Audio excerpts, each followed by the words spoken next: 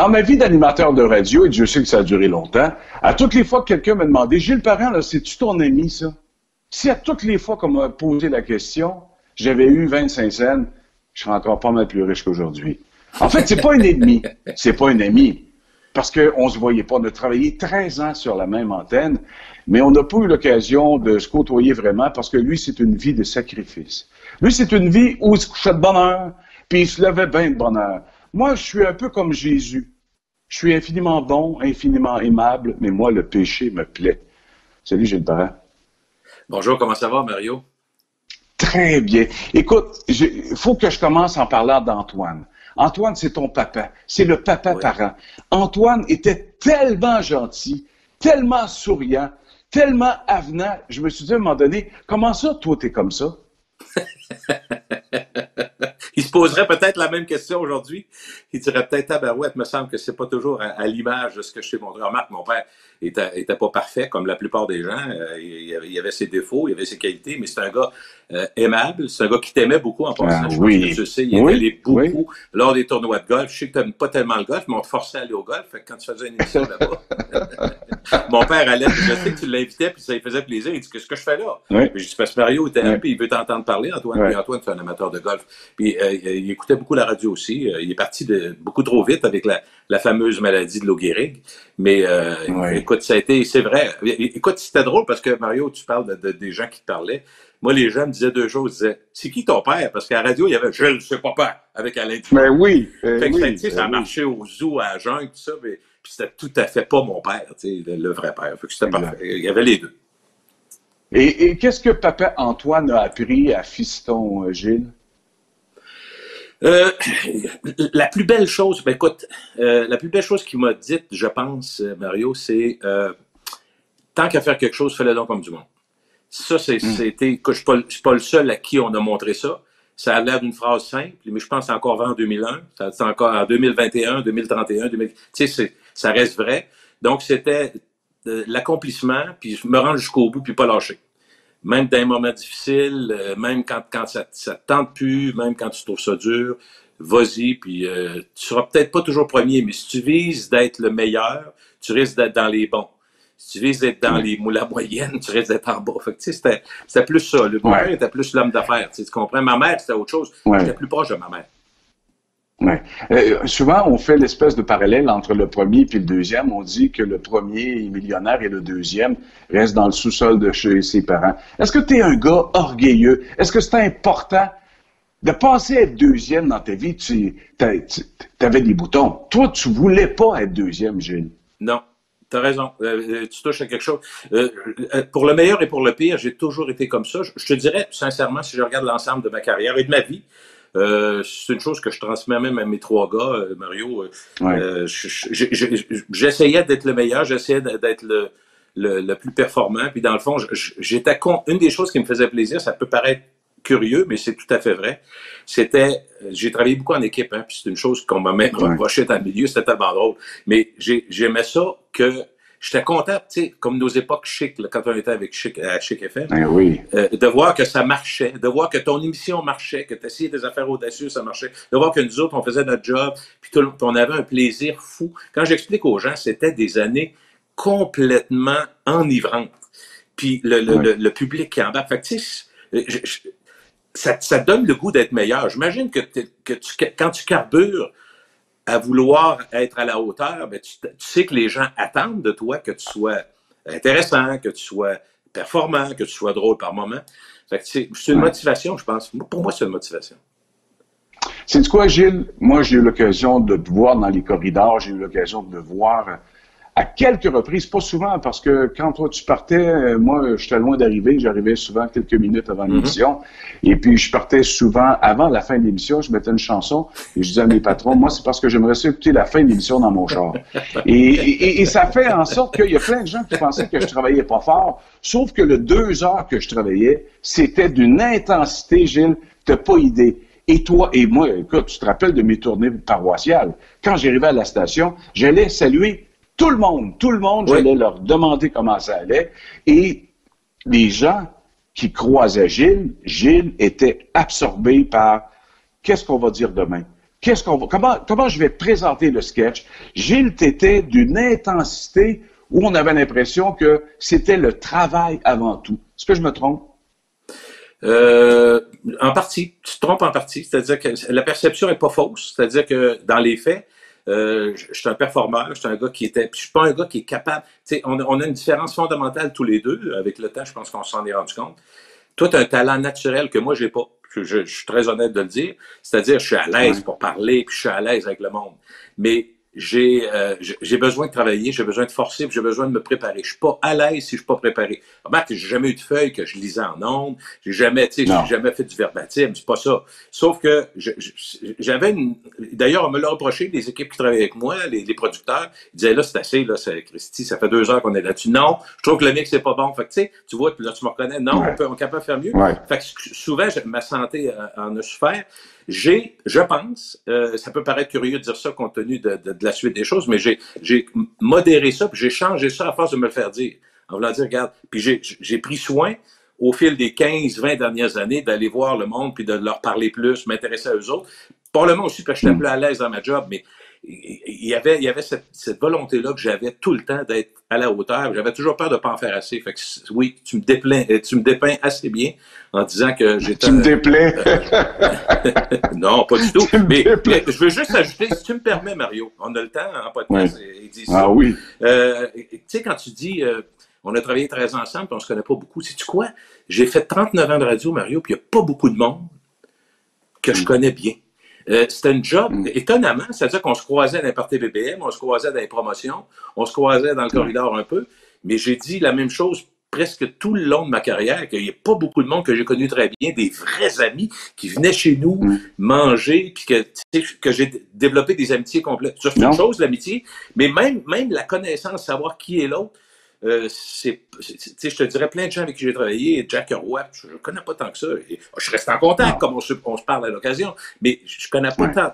En tout cas, si je parle de moi, Mario, je te dirais, ça a été le cas de toute ma carrière de ne pas connaître tant que ça, sinon en surface. Sais-tu quoi, il y a quelques mois, tu m'as appelé pour m'inviter à faire ton podcast audio. Et à la suite de l'entrevue, j'ai eu des téléphones, des commentaires, des réactions, de telle sorte que c'est à cause de toi, ma belle grosse face, que je commence à faire ça. C'est à cause de toi, de par l'intérêt qui m'a été porté, que j'ai décidé de reprendre du service. Puis ça me fait vraiment triper. Et puis en passant, merci. Je suis très, très content que ce moment-là a été privilégié. J'espère pour toi, mais pour moi, ça a été révélateur. Mario, je suis vraiment content de ça. Ça reste, depuis le début de mes podcasts, je suis rendu à plus de 70 de fait, puis c'est celui qui est le plus écouté encore. C'est encore le plus fort. On est rendu proche de près de 10 000 réécoutes, ce qui en podcast, c'est énorme. C'est vraiment énorme. Puis écoute, t'as surpris le monde aussi. Tu sais, t'es un bon showman, puis en même temps, t'étais vrai comme jamais, c'est pas ça, mais une couple tu sais, il y a eu, si on faisait une trame dramatique, on dirait que cet entretien-là, il y a eu des moments, tu sais, très forts. On a ri en bâtins. Puis tu as réussi à me faire pleurer, et avec ta mère et avec ton fils. Fait que, tu sais, ça a été... puis tu sais, c'était pas, comme je disais aux gens, c'était pas stagé. On ramasse notre esprit, mais... Puis on se rend compte d'une chose, c'est que, tu sais, pour aller avec ce que tu viens de dire tantôt, il y a bien des auditeurs qui pensent nous connaître, ne nous connaissent pas tant que ça. Ils savent pas trop d'où on vient, qu'est-ce qu'on a fait. Tout ça, fait que, on a appris, moi j'ai appris beaucoup sur toi, puis j'espère que les gens vont apprendre un peu sur ce qui m'a amené à faire ça, puis comment j'ai fait ça. Tu sais, c'est un peu ça l'objectif. C'est drôle que tu me parles de ça, parce que l'introduction devrait être avant le Zoo, 4 ans de radio, où on ne sait pas grand-chose sur Gilles. Est-ce que Gilles était dans la case de « j'apprends, je fais des erreurs ». Les 4 premières années de ta carrière de radio, Gilles Parent comme animateur, il était comment? Avant, je commence le Zoo, juste pour situer, parce qu'il y a des gens qui sont maniaques des dates. Moi, j'ai commencé le Zoo 3 septembre 85 au FM 93. J'ai commencé ma carrière à CKCV je pense que c'était le 1er mars 78. Donc, j'avais 7 ans derrière la cravate. Pour faire une histoire courte, juste pour nous amener au Zoo, je te dirais que j'ai commencé à CKCV. J'ai été chanceux parce que moi, je considère que c'est une chance. J'ai eu un coup de foudre pour la radio. Puis je peux le raconter, je l'ai déjà raconté, mais quand même, je pense que c'est intéressant. Je suis allé, à l'époque, j'avais à peu près 15 ans, j'étais à secondaire 5, donc mettons entre 14 et 16 ans. Puis je jouais longtemps au hockey, fait que je jouais au hockey, puis j'avais des amis qui jouaient un tournoi de hockey à Alma, au lac Saint-Jean. faut que je fasse attention. Ouais. Donc, on s'en va là-bas avec un ami. Je lui dis, on va aller voir la gang. Lui, il montait. Je lui dis, je peux t'embarquer avec toi? Je demande à ma mère. Elle dit, oh, oui, pas de problème. Fait qu'on monte là, puis on traverse le parc. Puis on arrive à Alma, puis on sait pas où est l'aréna. Alors, là, on passe sur la rue principale, tu sais, comme toutes la belle rue principale. Puis là, on voit CFGT Alma. Ah! Station de radio. Je dis, c'est sûr. Je pense pas à radio non, comme tel, mais je dis, c'est sûr que les autres savent où est l'aréna, la station de radio. Stationne la voiture un samedi après-midi. On rentre là. Le gars arrive à la course. Il dit, tu seras pas là, faut que j'enchaîne ma toune. Fait que moi, me mêle, comme je suis capable d'être, je pars, puis je m'en vais voir ça. Mario, je te jure, sur la tête de ma mère et mon père que j'adore, qui sont décédés. Coup de foot total. Je vois là, à l'époque, c'était des tourne-disques, les cassettes en l'air, puis toi, je dis, ben, voyons donc. Puis moi, j'étais déjà de me mêle. Fait que j'ai dit, c'est ça que je veux faire. Je reviens chez nous, après cette fin de semaine-là, donc sur l'air 5. J'ai dit, je veux faire de la radio. Ma mère a dit, t'es sérieux? J'ai dit, oui. Ben, si t'es sérieux, allons-y, go. Tu vois, on va te guider, mais c'est une chose que j'ai apprise puis que j'ai transmise, j'espère, à mes enfants. On va fais ce que t'aimes, puis donne-y le maximum, mais on ne dira pas quoi faire. On va te guider, mais on ne dira jamais quoi faire. Écoute, ta vie, c'est ta carrière ou ta famille. On ne dira pas quoi faire comme métier. Fait que comme j'ai eu cette chance-là, Mario, j'ai pris tout de suite des cours. Ma mère est drôle parce que Lucille, elle me dit... elle dit, là, t'as comme une dent cassée en avant, fait que ça zozote un peu. Tu vas faire arranger ça. Parce que, oui. Fait que j'ai pris un rendez-vous chez le dentiste. Après ça, mon père, il dit, ça serait bon que tu aies une bonne diction parce que ça peut te servir. Je dis, ben, c'est sûr. Fait que j'ai pris des cours avec Roger Gagnon en 77-78. Ils m'ont payé ça, c'est un cours privé. Puis ça m'a servi beaucoup, sincèrement. Tu sais, parler, tu sais, quand tu n'es pas sûr si tu vas faire 8 erreurs devant le premier ministre, c'est tannant un peu. J'étais content d'avoir un bon français. Fait qu'ils m'ont donné ça comme base. J'ai fait mes cours au cégep et à l'université en fonction de ça. Donc, à l'université, j'ai fait un bac en sociologie, un bac en politique, puis un bac en journalisme, en me disant, je vais essayer d'en savoir un petit peu sur beaucoup de choses, puis je m'en vais là-dedans. Puis après ça, 83-84, CFLS, puis en 84, j'arrive au FM 93. C'est très drôle, cette anecdote-là. Quand j'arrive au 93, Claude Thibodeau me fait venir, genre janvier 84, il disait, hey, Gilles, j'aurai le poste de directeur des promotions pour toi. Là, je dis, Claude, parce que là, c'est dans les journaux partout, vous allez fermer. Tu sais, 93, tout ça. Je dis, ben, je veux pas. Ben, il dit, je pense que ça a fermé au mois de mars 84. Je dis, je vais attendre, si jamais ça rouvre, je reviendrai. Écoute, je n'étais pas pour m'en aller là, tu sais, pour un mois. Mais non, je comprends. Mais attends un peu. Mais Gilles, je veux savoir, à partir de quel moment dans ta vie d'animateur, tu passes de médiocre à superstar? À partir de quel moment il y a une espèce de tournant dans ta vie où les gens disent, Gilles Parent est un incontournable. Qu'est-ce qui s'est passé? Ben d'abord, je n'ai jamais pensé que c'était un superstar. Je pense que c'était un gars performant qui aimait ce qu'il faisait. Puis c'est encore vrai, mais de dire superstar, je trouve ça un peu gros. Puis je trouve que c'est un petit peu galvaudé dans l'expression. Mais merci de le dire, là, mais j'ai jamais pensé ça. Par contre, je vais répondre à ta question. Donc, je me suis amélioré un peu au fil du temps. Mais là où j'ai réalisé que j'avais un potentiel puis que j'ai eu une confiance plus grande en moi, c'est en 84. Quand je suis rentré finalement à l'automne 84 au FM 93, Claude Thibodeau, il m'engage finalement après la réouverture. Puis Gilles, on a un petit problème parce que ceux qui nous ont fait fermer, c'est le CFLS, puis tu étais là. Mais il dit, comme tu étais animateur de fin de semaine, un petit peu la semaine, remplaçant, il dit quand même remplaçant à Louis Lebeau, parce que Louis, c'était le gros nom. Puis c'est moi qui le remplaçais, fait que ça faisait chier. Déjà, ça avait commencé à faire chier les autres collègues, tu sais. Les autres animateurs qui étaient là, ils disaient, Christy, comment ça se fait qu'il prend Jules Parent? Mais Louis, il avait confiance en moi, puis il a été majeur quand on parle d'une confiance interne qui nous amène à performer, Louis a toujours cru en moi, il m'a dit, regarde, le gros, t'es bon, go! Puis arrête de t'occuper des autres, Chris, en avant. Parfait. Fait que lui, il me faisait remplacer. Écoute, la première fois qu'il m'a demandé de le remplacer, tu sais, j'écoutais Louis Lebeau comme étant l'idole du Top 40 à l'époque. Quand tu arrives dans son show, le shake de même, mais en tout cas, j'ai comme pris ça comme une poussée dans le dos. Donc, j'arrive au 93, Claude me dit, Gilles, faut que je trouve une façon de te faire rentrer sans que tout le monde taillisse. Ça n'a pas marché parce que je me suis fait taillir là aussi. Mais haïr, tu vas comprendre pourquoi. C'est là que ça répond à ta question, j'arrive. Il me dit, gars, je vais te mettre la fin de semaine, puis je vais te donner un genre de... Il voulait me donner une certaine job pour avoir un salaire qui avait de l'allure, fait qu'on va broder 2-3 affaires. Il y avait des émissions de premier plan à l'époque, fait que il me donne Studio Rock, qui était un genre de projet pour les jeunes. J'ai bien aimé ça, puis j'ai rencontré plein de jeunes que je connais encore aujourd'hui, qui étaient des musiciens, tout ça, fait qu'on les aidait, il y avait des spectacles, tout ça, fait que j'ai planifié cette affaire-là. Ça, c'était ma job de semaine, puis la fin de semaine, je faisais de la radio avec Mario, pas Mario, mais comment il s'appelle? Je veux dire, voyons. Landriot, Marc Landriot. C'est Marc Landriot qui bloguait la musique. Puis là, directeur musical. Je me rappelle à l'époque, en 85, donc on arrive 84, 85, automne 84, début 85, il me met la fin de semaine midi à 6. Le 93, c'était pas encore fort comme il est, là. Il commençait à monter, mais le 93 a explosé quand le zoo a commencé à l'automne 85. Il y avait quand même une force, là. Il y avait eu le mouvement de soutien, tout ça. C'est pas que c'était... Sauf que quand les ratings sortent au printemps 85, mon émission de fin de semaine est numéro 1 à tous les quarts d'heure de tout le marché de Québec. Je suis le seul au 93 qui est, tu sais, ça donne de même, je n'ai pas choisi, mais on faisait une bonne émission de fin de semaine. Moi, j'aimais ça, je me préparais mes petites cartes, puis je foulais les intros. Vraiment, je tripais, là. Je tripais la musique. J'ai toujours aimé la musique. Les gens qui m'ont suivi savent que je suis un maniaque de musique. Je suis encore comme ça aujourd'hui. J'écoute 1 heure ou 2 de musique par jour. Fait qu'à l'époque, je tripais. Puis là, donc, j'ai eu ce bonheur-là, sauf que tu comprends ce que ça a fait.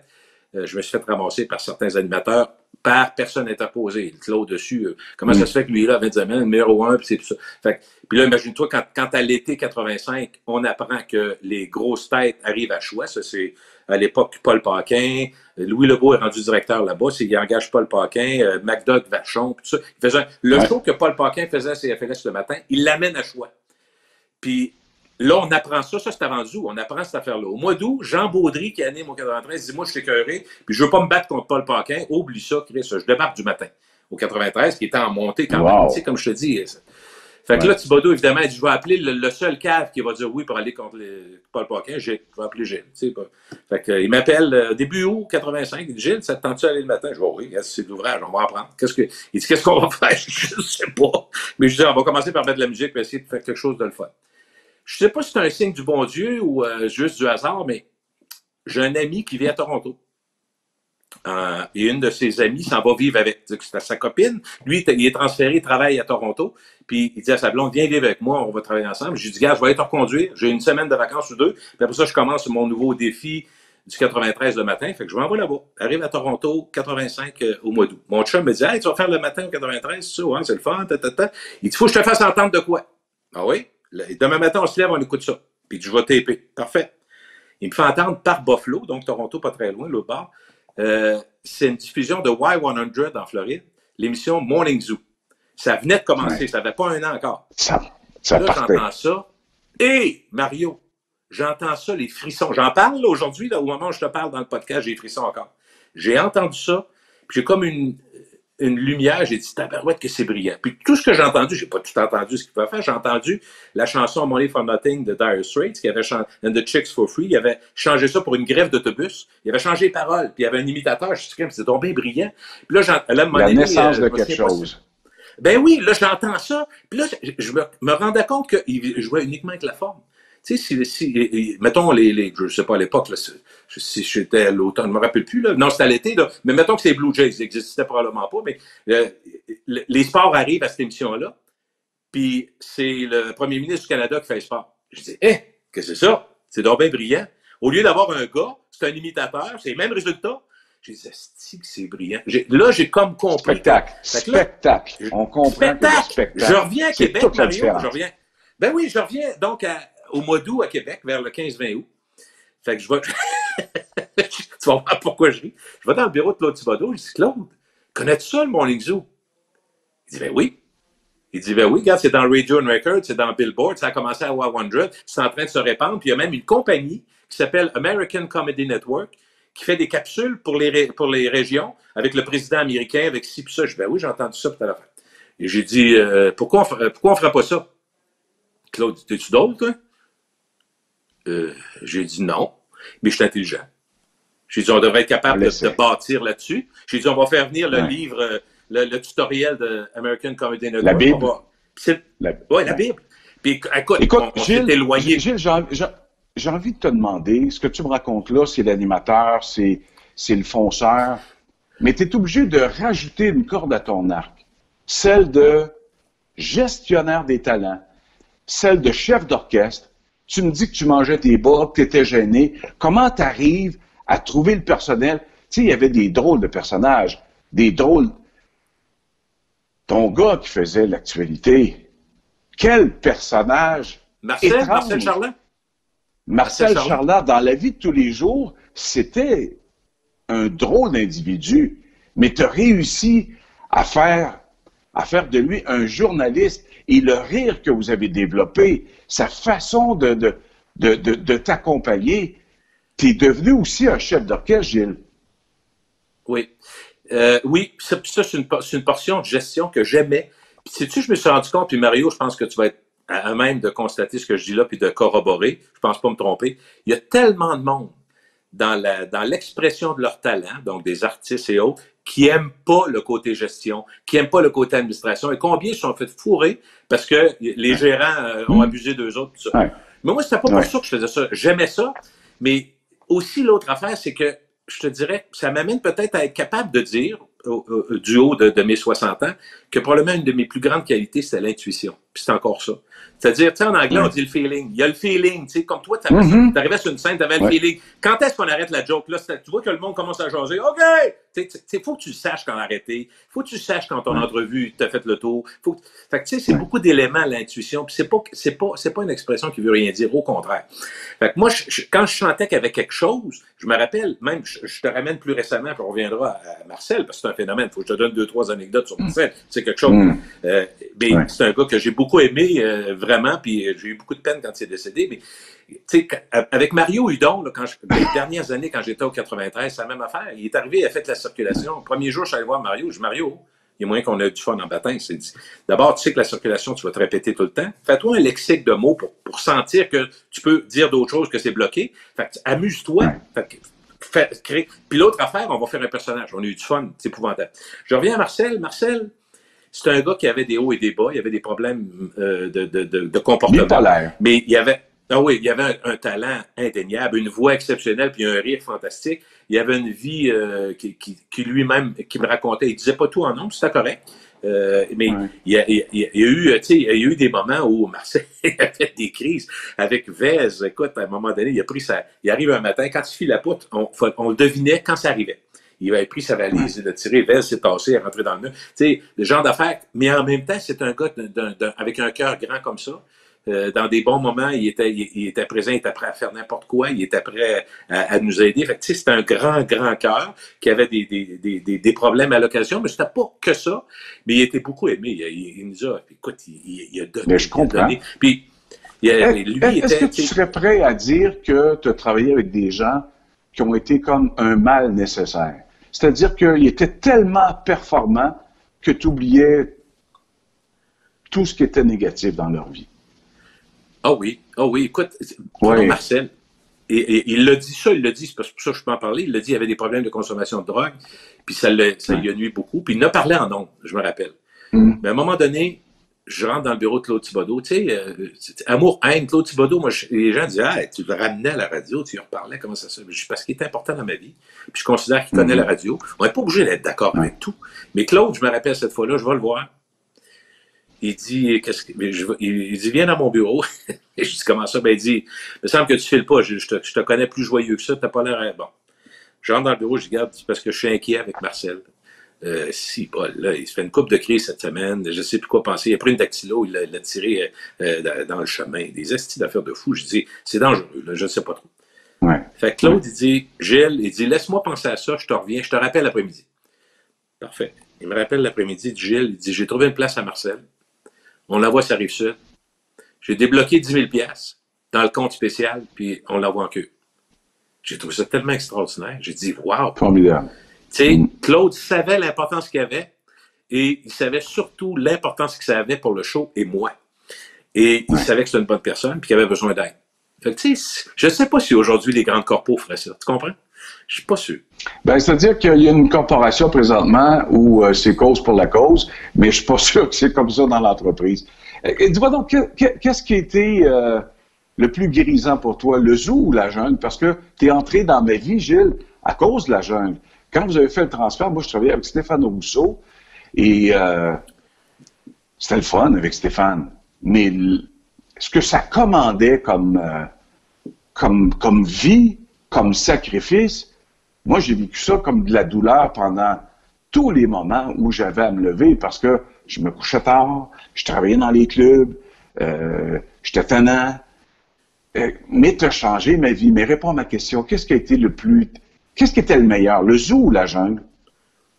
Ben, prendrais la question différemment. Ce qui a été le plus grisant, c'est le zoo, sans aucun doute, parce que c'est le début.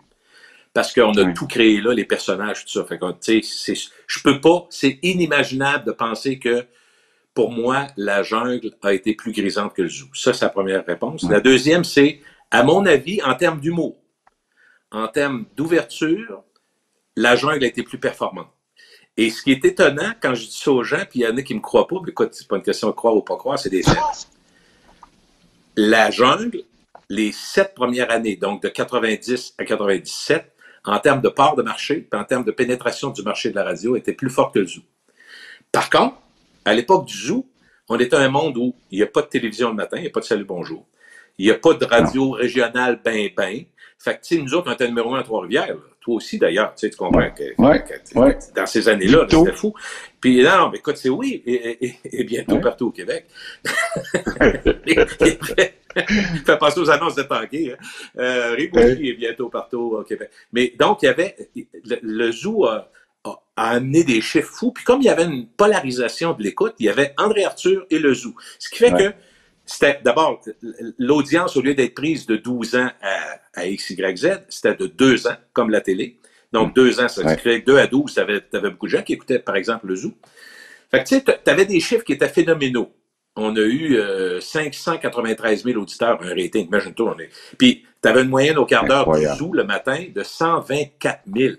Aujourd'hui, quand tu as 40 000 ou 30 000 à Québec, tu es content, tu es numéro 1 là, dans ton show. Tu es numéro 1. 124. Fait que, mais avec un contexte différent, moins de compétition, moins de télévision, moins de ci, moins de ça, pour être raisonnable. Par contre, c'est une domination très forte. Mais, tu sais, M. Arthur était, tu sais, il y avait nous, mettons, à 125, puis Arthur avait 110. Il restait pas grand-chose pour les autres, tu comprends? C'était vraiment une domination, c'était un ou l'autre. Puis, tu parles à n'importe qui a 50, 60 ans aujourd'hui, il va te dire... ma mère écoutait Arthur, moi j'écoutais le zoo, ou moi j'écoutais les deux. Est-ce que les deux animateurs, toi du côté du zoo, Arthur du côté de CHRC, est-ce que vous vous êtes haïs vraiment, Gilles? Oui. Oui. Oui. Compliqué, la réponse, oui. Non, la réponse c'est oui. Si je parle un peu de ça, je suis très, très, très, très heureux d'avoir renoué avec M. Arthur récemment avec mes podcasts parce que je lui ai dit, avant puis je vais rendre hommage à mon fils Émile qui nous a raccommodés. Sans le faire directement, c'est lui qui nous a raccommodés. Je vais te parler de cette anecdote-là, puis je reviendrai sur Arthur à l'époque du zoo. Ça, c'est quand même intéressant. Là. Mais je veux juste commencer par la fin. Mon fils Émile, qui a eu un accident de hockey, tu sais, puis depuis ce temps-là, a eu...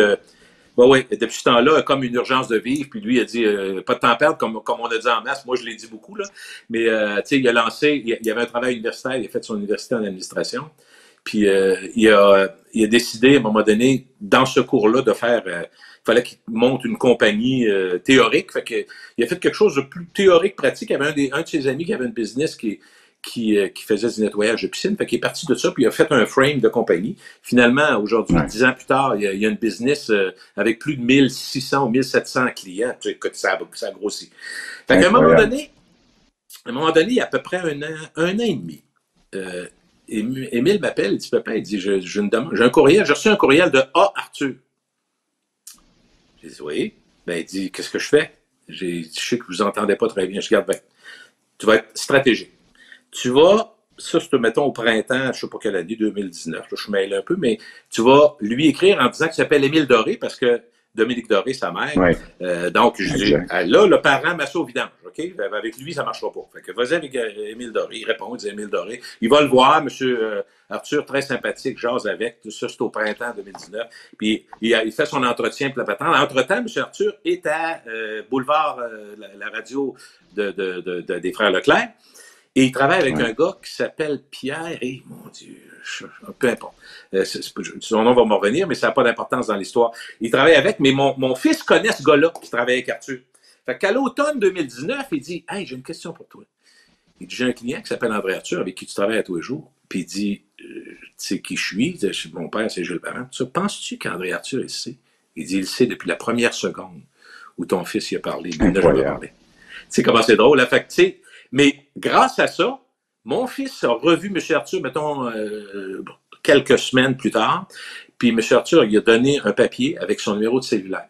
Il dit, donne ça à ton père. Il n'a pas dit d'autre chose. Ça veut dire, il peut m'appeler. Je l'ai appelé. J'ai dit, moi, André, si tu veux qu'on se parle, on va d'abord mettre à jour nos affaires. J'ai fait ça beaucoup dans les 3 dernières années. Je peux te dire, des mises à jour, Mario, je l'ai fait en masse parce que j'avais besoin. J'ai dit, on est allé à la Scala. On a mangé pendant 1h30. On a bu en masse. Il m'a conté sa vie. Je lui ai conté ma vie. On s'est donné une poignée de main. Puis depuis ce temps-là, on a fait 3-4 podcasts. Puis, c'était réglé. C'était réglé. Mais à l'époque... Il y a une séquence où André Arthur était sans travail. Puis on se disait, ça se peut pas que ce gars-là ait pas de plan B. Mais effectivement, il m'avait confirmé qu'il n'y avait pas de plan B. Il se fiait à la vie en se disant, mais écoute, ça va arriver à un moment donné. Et il y a un directeur des programmes qui nous a organisé un souper, André Arthur et moi, parce qu'il voulait qu'André Arthur devienne co-animateur avec l'émission du Retour juste pour le fun. On fait un souper, ça dure 1h30. Je demande au directeur des programmes, peux-tu nous laisser 5 minutes? Et quand le directeur des programmes se lève pour nous laisser jaser ensemble, André Arthur me dit, c'est une belle 1h30 qu'on vient de passer, mais on s'entend pour dire que tu n'as pas besoin de co-animateur. Je pense exactement la même chose que toi, André, et il n'a jamais travaillé avec moi. Sauf que je suis obligé de te parler aussi de l'amour-haine. Parce que ce type d'animateur-là, les gens qui ont travaillé un bout à choix, qui ont décidé que Gilles Parent était maintenant une cible, parce que tu as été une cible dans ta vie. Tu as été ceinture noire pendant une séquence pour te faire haïr. Et puis, écoute, tu étais numéro 1, puis numéro 2, il restait à 100 km de toi. Le jour où les personnes fortes dans le monde de la radio décident de faire de toi une cible, on va le détruire, on va s'arranger pour le faire passer pour un pas bon, un fini, un dépassé. Les chiffres de la station où on travaille ensemble ont baissé un peu. Mais tu serais encore aujourd'hui avec ces chiffres-là de loin numéro 1 à Québec et on décide de vivre la rupture. Et là, Gilles, il faut que je te dise, quand on a mis fin au contrat de Gilles Parent, à Chic, ça a été la catastrophe. Et quelques heures après, on apprend que tu t'en vas travailler à Choix. Je sais pas si tu as senti la poupée vaudou, là, mais on était furieux contre toi parce qu'on se disait, comment il peut arriver, alors qu'on a mis des efforts pour le dénigrer, pour le faire passer pour quelqu'un de fini, quelqu'un de dépassé, comment il fait pour aller rejoindre ce camp adverse? Qu'est-ce qui s'est passé dans ta tête? Qu'est-ce qui est arrivé pour que tu fasses le switch? C'est très intéressant comme histoire. Puis ceux qui ne savent pas la vraie histoire, je vais la raconter. Et je veux juste te dire que, imagine-toi si j'étais une cible et des gens qui m'haïssaient, je veux juste te dire en passant que pendant des années, j'ai été pendant 6 ans complets à Choix FM, puis on me reprochait, mes collègues là-bas me reprochaient de gagner de l'argent, de faire plus d'argent qu'eux autres, puis tu sais, vraiment, c'était des reproches un peu ridicules. Mais quand arrive l'histoire, il faut dire que quand j'ai quitté Chic, j'ai senti, à l'époque, c'était Daniel Plante qui était directeur des programmes, puis il me disait qu'il y avait de la pression de Montréal. Et Sylvain Simard, Sylvain Simard qui était là aussi. Et j'ai senti, tu sais, Jeff a toujours dit, je me suis fait mettre dehors. Dans le fond, j'ai jamais été mis dehors, mais j'ai pris une décision, sachant que j'allais être mis dehors. C'est comme, c'est important, je le précise. Mais au printemps, donc, de 2001, je savais que les autres voulaient couper, puis effectivement, c'est ça qu'ils ont fait. Ils sont arrivés avec un genre d'émission de zigoto après qui n'a pas marché beaucoup, là. Mais moi, je voulais avoir une solution, je voulais faire quelque chose d'autre, puis je voyais que Jeff Fillion était en montée, l'autre bord. On le savait, là. Nous, on commençait à avoir des effets, là. Depuis 2 ans, soyons honnêtes, 99, 2000, on se faisait gruger de l'auditoire, puis la nouvelle bebelle, c'était plus Zou et la jungle, on le savait.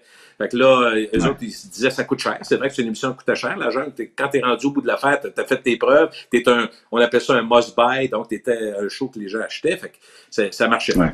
Moi, je suis arrivé, sachant qu'on me renouvellerait pas. J'ai parlé à mon agent, je lui parlais une fois par 4 ans, parce qu'il coûtait 700-800$ de l'heure. Le moins longtemps possible. Ouais. Mais j'ai dit, y a-tu moyen de sortir de là? Lui, il m'a négocié de quoi? Parfait. Et on m'a ce qui est curieux là-dedans, c'est qu'on m'a laissé partir avec un package. J'étais parfait au mois de juin 2001, mais je me rappelle que c'était un stress. Il y en a eu une couple dans ma vie, mais celui-là, c'en était un aussi parce que je m'en allais en vacances pour la première fois avec mes enfants en Europe, en vélo de maison, tout ça. Puis quand, à un moment donné, je suis dans l'avion avec ma blonde, puis elle me dit là, t'as pas de job pour l'automne? Je dis non. Fait qu'entre-temps, non, c'est un peu tannant. Tu sais, on parle j'ai à ce moment-là 40 ans, tu sais, puis 2 enfants, puis bon, les factures rentrent en masse, tout ça. Pas que je suis mal pris, mais je te dis juste que c'est un peu plate, là, rythme de vie pareil. Ouais. Fait que c'est déstabilisant. là, oui, quand je reviens de voyage, je fais une couple de rencontres. Jeff Brown, qui était au 93, à l'époque, faut comprendre, le 93, là, Robert Gillet le matin, Arthur le midi, puis Arthur le soir. Ils ont tout, ils passent la gratte, comprends-tu? À l'époque, là, dans Radio Parler, 93 est très fort. Fait que Jeff Brown me dit, viens, j'ai un chalet dans le bas du fleuve, viens, pas dans le bas du fleuve, excuse-moi, dans le secteur de Tadoussac, viens me voir au Manoir Richelieu. Fait que je m'en vais au Manoir Richelieu, belle journée d'été. J'arrive là, puis il dit, regarde, j'ai pas besoin de toi. Mais il dit, écoute, j'ai quelques trous à patcher, là, écoute bien, là, je suis devant lui. C'est des histoires que j'ai jamais racontées, ça. Il dit, j'ai quelques trous à patcher. Il dit, tu pourrais peut-être faire l'entre-deux show le matin, il y a 1 heure, on mettrait de la musique. Tu pourrais en faire un petit peu le soir, puis la fin de semaine, tu pourrais être là en chiffre coupé, samedi, dimanche. J'étais tellement insulté. Pas que je me prenais pour le pape, mais je me disais, j'ai quand même fait le zoo, la jungle, j'ai fait mes études, j'ai un bac. Non, franchement, puis je lui ai juste dit, regarde bien comment c'est drôle la vie. J'ai dit, Jeff, c'est correct ce que tu dis, mais j'ai dit, moi, j'ai 40 ans. André a 55, 60, je ne me rappelle pas. Là, on a 15-20 ans de différence. Puis Robert Gillet aussi, ils ont à peu près le même âge. J'ai dit, ça ne tente pas de former une relève, quelqu'un qui pourrait... Ah, pas besoin de ça, on domine le marché, je ne sais même plus où mettre la pub. Puis il y avait une vision, tu sais. Puis à l'époque, il n'y avait pas tort, mais il n'y avait aucune vision d'avenir. L'histoire dit que M. Arthur perd sa job assez rapidement et Robert Gillet, le scandale, ça, c'est en dedans d'1 an, 1 an et demi après ma rencontre. Fait que ça, juste pour te dire que lui, les choses ont tourné, puis finalement, en 93, on sait, ils ont eu la misère jusqu'à temps qu'il y ait un retour un peu plus tard. Là, ils ont été 4-5 ans dans le trouble. Mais ça, c'est pas de ma faute, mais je veux juste dire, ce qu'il me disait, ce qu'il me reprochait, s'il y avait eu un petit peu de vision, puis il avait dit, ben oui, on va le travailler, puis on va essayer de peut-être le switcher dans Radio Parler, il aurait pu avoir une solution de rechange. Alors, qu'est-ce qui arrive? Moi, je vais te raconter, on est rendu fin juillet. Fin juillet, j'ai une offre de Montréal. C'est quoi de Montréal? Je pense que c'est Claude Doyon, ça se peut-tu? Qui était producteur. Oui, exact. Bon, Claude Doyon, très sympathique. Ça passe par lui, puis on me dit, regarde, on donne le show du retour. Je dis, ben ouais, je suis pas connu à Montréal. Moi, j'étais un peu surpris, là. Avec Michel Barrette. Et là, je me rappelle, ma blonde a dit, la tabarouette, c'est gros. Il faut déménager à Montréal, tout ça, mais Christy, Barrette, puis tout, ça peut marcher, puis la patente. Mais tu sais quoi? J'avais l'impression, puis je l'ai encore aujourd'hui, que j'avais fait le tour de l'humour, puis je ne pouvais pas faire ça. Aller là, faire valoir avec... sincèrement, puis là, j'avais pas de solution de rechange. Écoute bien, Murray, ça c'est important, c'est un tournant dans ma vie. Puis Jeff Fillion va rire encore quand je l'ai déjà raconté. J'y ai raconté, mais peut-être plus 1 an plus tard. Là, je me dis, je suis dans la merde, pas mal, puis je veux avoir une job, puis je pensais que je pouvais faire de la radio plus parler, tu sais, d'affaires publiques. Fait que je prends mon courage à 2 mains, sans parler à personne, y compris ma blonde. Personne. Puis dans mon cas, comme tu sais que je suis ma mère, dans ce milieu-là, on est ma mère, pas parler à personne, même moi, je suis surpris. Je me prends un faux nom sur Yahoo, je n'ai pas d'adresse Yahoo. J'écris un courriel comme si j'étais un auditeur maniaque de radio. Tu sais qu'il y en a, tu en as croisé dans ta carrière, il y en a qui t'ont écrit, qui t'ont appelé Mario. Je suis un auditeur. Puis là, j'écris à Jeff Fillion. Facile de trouver les adresses courriels. J'ai dit, Monsieur Fillion, je m'appelle Jacques, mettons, je vous écoute depuis longtemps. Je sais que vous connaissez bien Gilles Parent, parce que j'avais travaillé avec à l'époque du Zouk. Ça serait épouvantable, vous alliez chercher. Imaginez-vous le clash. Vous avez ci, vous avez ça, ça serait. Fait que moi, j'ai même une solution étonnante. Mais Choix est en train de monter, là, puis il manquait quelque chose, tu sais, il manquait, tu sais, mais ça allait bien, Choix, là, mais il était en montée. C'était proche, oui. C'était proche. Ça, c'est, mettons, le 1er août. 2 août, téléphone sonne. Salut Gilles, c'est Jeff, j'ai pensé à quoi, viens donc boire. Ça avait marché, gros. Ça avait marché. Mais donc, tu pensais comment c'était important? Pour un auditeur anonyme. Oui. Et il te dit, pourquoi Gilles Parent ne va pas travailler avec vous autres? Les gens vont en parler. Quelle bonne idée.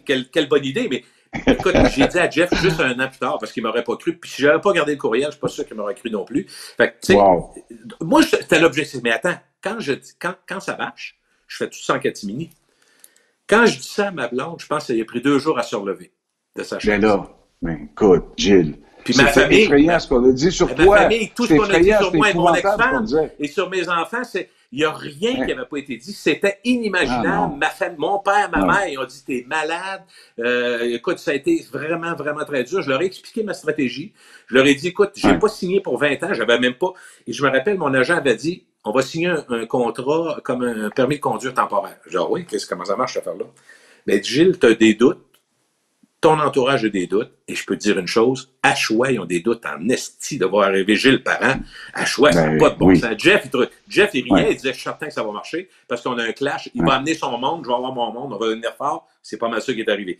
Mais quand je suis arrivé là, imagine-toi, je monte, je prends l'ascenseur dans l'édifice sur la Grande Allée, je monte, la porte ouvre, tout le monde est à l'entrée, tout le monde est dans le hall d'entrée, et ça n'a pas coulé, personne ne sait ce qui s'en vient. Jeff, ils ont une annonce à vous faire. Il n'y a pas de... vraiment, il n'y a rien qui a transpiré. Imagine-toi comment j'étais rouge de la face, moi, en rentrant là. En voyant tous les animateurs qui étaient là, animatrices, les employés. Les 4-5e, je ne connaissais pas. Puis c'était des jeunes. Moi, je te dis pas que j'étais vieux, mais à 40 ans, à Choix, il y avait plus de... Oh oui, t'étais un senior. Pour l'époque, j'étais un senior, tout ça. Mais c'était toute une surprise. Puis ça a été difficile. Pour certains qui sont encore là à Choix aujourd'hui, ça reste difficile, mon passage là-bas. On m'a reproché 1 million d'affaires. Par contre, j'ai jamais, tu sais, c'est une chose dans ma vie, je pense que tu es comme ça, Mario, j'ai jamais regretté ce que j'ai fait. J'ai fait des erreurs. Mais tu sais, en termes radiophoniques, là, j'ai eu des regrets, évidemment. Je ne suis pas en train de dire que j'ai jamais eu de regrets dans ma vie. J'en ai eu en masse, vous imaginez. Mais les choix que j'ai faits en radio, là, parlons des choix de la radio, j'ai pas regretté. J'ai jamais pissé sur mon passé. J'ai jamais dit j'aurais pas dû faire ça, j'aurais pas dû faire ça. Je trouvais que c'était trop facile de renier ce qu'on a fait avant. Gilles, il y a des gens qui ont eu des carrières formidables et on se disait, ça se peut pas qu'ils disent ça puis qu'ils pensent ça. Quand on est tous les deux, on peut se dire, il y a certains, puis on n'est pas obligé de les nommer de toute façon, mais il y en a certains qui ont gagné leur vie en étant malhonnêtes intellectuellement. Ils disaient des choses pour provoquer. Gilles Parent, quand tu décides de faire le retour, on a fait un sondage ensemble, après j'ai changé de corps de travail. Est-ce que tu te sentais obligé d'avoir une opinion sur tout? Oui. Je pense que oui. Puis c'était probablement une erreur. Ouais. Oui, oui, je suis content de te l'entendre dire, parce qu'on ne peut pas avoir une opinion sur tout, Gilles. Mais non. C'est pas possible. Mais non. Non, puis en plus, tu sais, dans le domaine, en fait, j'ai été emporté un peu comme certains l'ont été quand ils sont allés à Choix. J'ai été emporté par le côté un petit peu revanchard, pas revanchard, mais critique. Puis tu sais, d'une certaine façon, ça m'a inspiré, puis d'une autre façon, ça m'a certainement influencé. Pas toujours. Puis je suis pas en train de dire que c'est à cause de Choix que je suis rendu de même. Là, on assume. Là. J'assume mes affaires. Personne me disait quoi dire, personne me disait quoi faire. Fait que c'est pas à faute de Choix, c'est pas à faute de personne, pas du tout. Mais c'est sûr que t'es dans cette mouvance-là. Je me rappelle, ma mère m'appelait régulièrement, elle disait là, tu sacs pas mal. Penses-tu que t'es plus intelligent parce que tu sacs? Je dis non. Mais j'aime pas ça. Puis à chaque fois qu'elle m'entendait sacrer, elle m'appelait. Chaque fois. Fait que j'ai fait attention un peu plus. Mais tu sais, elle avait raison, elle avait un petit côté. Puis tu sais, c'est une chose qui, éventuellement, m'a amené beaucoup de récriminations. Oui, mon succès dérangeait, puis on se disait tout le temps, il va finir par baisser. Puis quand je suis arrivé au 93 en 2007, j'ai été 10 ans là, puis j'ai été 10 ans numéro 1 dans le retour. Fait que tu sais, à un moment donné, c'est sûr que ça te monte à la tête un peu, puis tu en arrives à perdre un peu des repères. Ça, là-dessus, j'ai des regrets un peu, mais tu as raison qu'il y a un côté, même encore la radio aujourd'hui, quand je lis des textes sur l'orientation de la radio de demain, puis des podcasts de demain, tout ça, et même quand je lisais récemment le livre, j'ai eu en entrevue Mme Marie-France Bazot, elle dit il y a beaucoup d'opinions, puis peu de nouvelles, parce que ça coûte bien moins cher de faire de l'opinion. On demande aux gens, donnez-moi votre opinion. C'est pas mal, tu sais, faire de la recherche, faire du journaliste, ça coûte cher. Hein? Ouais. Et Gilles, on se rend compte que les gens qui sont à l'antenne, les gens qui sont sur le terrain, les gens qui écrivent les 8 premières pages du journal, il n'y en a pas beaucoup qui ont passé 27, 28 ans.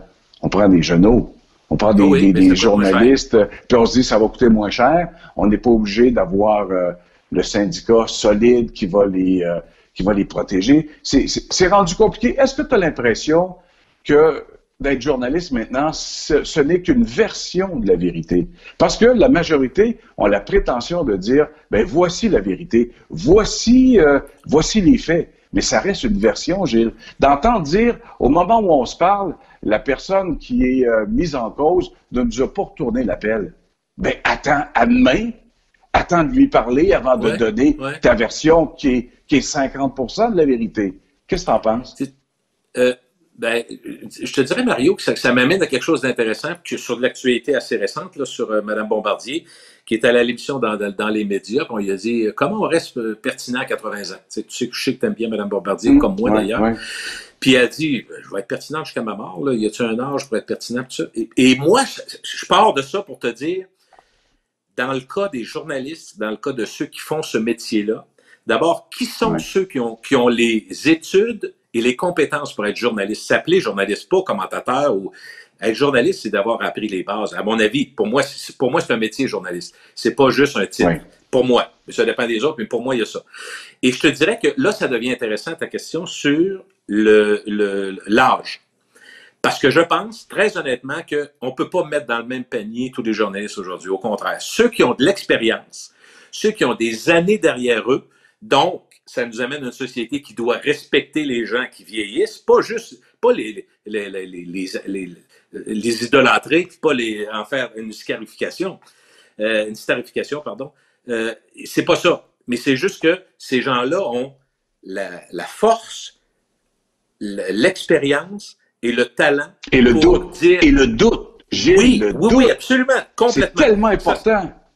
Ils sont capables de le faire, mais prenons ce qu'on disait tantôt comme problématique, parce que moi, je ne veux pas lancer la pierre aux plus jeunes.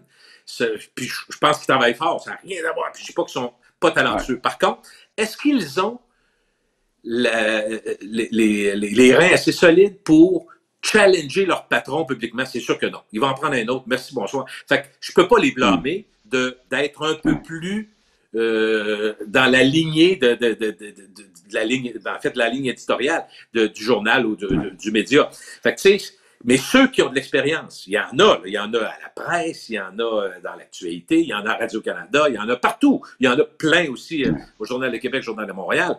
Ceux qui ont de l'expérience, tu remarqueras à quel point on les sent libres d'écrire ce qu'ils veulent. Tu sais, t'as beau à ne pas être d'accord avec Québécois. Quand je lis Richard Martineau, quand je lis Sophie Durocher, quand je lis Joseph Facal, j'ai pas l'impression. Non, Boisvert à la presse, puis nomme-en, il y en a plein. Là, je veux pas, tu sais, je vais en oublier, mais Christian Dufour, que j'adore, puis que je vois à Radio-Canada, et Mme Buzetti, puis je ne sens pas, puis il y en a plein, là, j'en nomme quelques exemples, mais je ne sens pas qu'eux autres, il y a quelqu'un qui va leur dire ou quoi faire. Je sens cette force-là, et moi, je pense qu'on est dans un moment où on devrait apprécier plus que jamais ceux qui ont de l'expérience. Pas nécessairement. Je suis pas en train de plaider pour moi, là. Je suis plus sur la place publique. Puis je peux te dire une chose, Mario. Je m'ennuie du public, mais je m'ennuie pas de la place publique. Je peux te dire ça. Pas à peu près. Mm-hmm. Qu'est-ce que tu penses que les gens vont retenir de ta carrière? Écoute, je vais commencer par qu'est-ce que tu penses de ta carrière? Rapidement, là, fais-moi le portrait de l'après-animateur de radio. Je me suis rendu compte, en fait, dans laquelle tu as travaillé, le final est épouvantable. Est-ce que tu as l'impression que tu méritais de perdre ta job, Gilles Parent? Dans le contexte, je dirais oui. Dans le contexte, sachant qu'est-ce qui se passait, écoute, Mario, si on est honnête, j'ai été associé au pire scandale sexuel des 50 dernières années. On a mis mon nom à côté des gens qui ont fait des agressions, tout ça. Fait que si j'avais été une compagnie comme Cogeco, ben j'aurais probablement fait la même chose parce que on est aussi dans un contexte où on a des médias sociaux qui prennent une place folle, on a des excités qui ont 45, 50 adresses différentes et noms différents qui ont trop de temps puis qui s'amusent à détruire. Il y a une méchanceté puis il y a une agressivité sur le web qui est assez impressionnante. Puis l'image corpo des compagnies est très importante. Fait que tu sais, est-ce que moi, personnellement, je méritais de perdre ma job comme ça? Dans le contexte, comme je te dis, probablement j'aurais pris la même décision. J'ai senti, par contre, puis ça m'a fait un peu de bien, j'ai senti que Cogeco Média, à l'époque, m'aurait mis de côté pendant quelques mois, puis aurait laissé passer la tempête, mais Cogeco, en haut, voulait pas se faire pointer. Je te donne un exemple bien simple, les gens vont comprendre. Tu as une conférence de presse à Montréal de Louis Audette pour parler d'un investissement de 500 millions dans le cadre. Il y en a un qui lève la main derrière. Ouais, vous êtes pogné dans MeToo, vous, avec un gars à Québec. Ils veulent pas ça. Ils veulent pas. C'est vrai, pas vrai, peu importe le contexte. Fait que, mais là, ce que j'ai noté. Je te donne. Ouais. je te donnerai pas la réponse, mais j'ai appelé Catherine Bachand. Et je veux juste savoir, est-ce que dans ta vie d'être humain, pas l'animateur de radio, mais dans ta vie d'être humain, est-ce que tu aimerais ça savoir si elle te pardonne? Parce que c'est la goutte que fait déborder le vase, Gilles. Ben oui, oui, parce que, il y a une chose dont je suis fier, Mario, c'est que j'ai jamais parlé contre elle, malgré tout ce qui est arrivé, malgré, tu sais, c'est la seule fille avec qui j'ai travaillé pendant 10-12 ans. Fait que quand elle est arrivée et elle a dit que ça l'a marqué puis ça l'a blessé, c'est sûr que ça a été ce qui m'a fait complètement déraper puis que scraper ma réputation à jamais, c'est sûr que ça a été majeur. Mais j'ai réussi, et ça j'en suis très fier, auprès de mes enfants, auprès de mes parents qui m'entendent peut-être, à jamais parler. Là, tu me rends émotif, là, mais j'ai jamais parlé contre elle. Je l'ai aimée puis je l'aime encore. Puis je reste, comment dirais-je, je comprends pas, toujours aujourd'hui. Je comprends pas. Tu sais, un exemple, en 2007, quand moi j'ai traversé au 93, elle a eu une job le matin à Rouge, pas à Rouge FM, à l'époque c'était Rock Détente, une job extraordinaire. Le matin, elle s'en allait là. Elle est venue me voir et elle me suppliait de traverser avec moi au 93. Ça, c'est 3 ans ou 4 ans après ce qu'elle me reproche. Je ne pouvais pas comprendre. Comprends-tu?